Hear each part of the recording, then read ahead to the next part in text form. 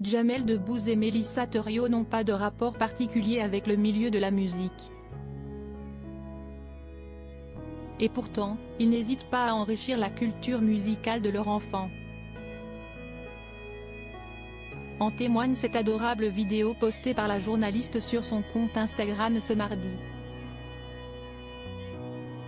En 2006, Diams sort un morceau intitulé La Boulette, qui figure sur son 3e album studio, Dans ma bulle. Le succès est immédiat. Aujourd'hui, le clip de ce tube totalise pas moins de 109 millions de vues sur YouTube. Cette chanson fait partie pour beaucoup de personnes comme l'une des plus marquantes du rap français.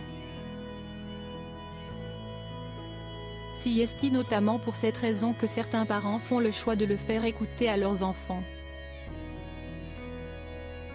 Comme Jamel Debbouze et Mélissa Theriot. 2024 Transmission toujours, les basiques restent, a écrit cette dernière ce mardi 2 janvier dans une story Instagram, en mentionnant l'artiste et en filmant sa fille Lila en train de reprendre les paroles en voiture. Une séquence sympathique, qui montre notamment à quel point la petite Lila a bien grandi. Les internautes avaient déjà pu le remarquer il y a quelques jours, lorsque Mélissa Theriot postait à l'occasion de Noël une adorable photo de sa fille en pleine randonnée dans la nature. Mélissa Theriot et Jamel Debbouze, leur vie à Paris. Rappelons que Jamel Debbouze et la journaliste ont un autre enfant, Léon, né le 3 décembre 2008. Mais l'aîné a souhaité être très discret cette année, puisqu'il n'apparaît pas, pour l'heure, sur les réseaux sociaux de ses célèbres parents. En temps normal, la famille vit à Paris.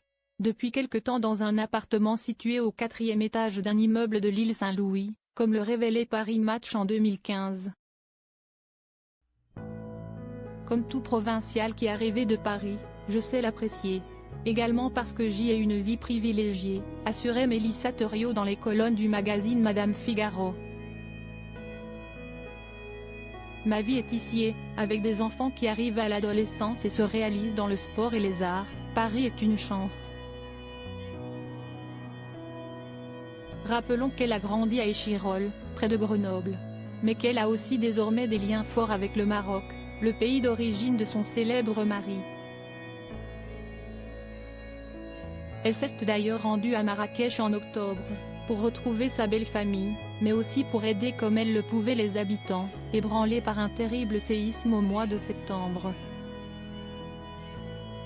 Un joli geste.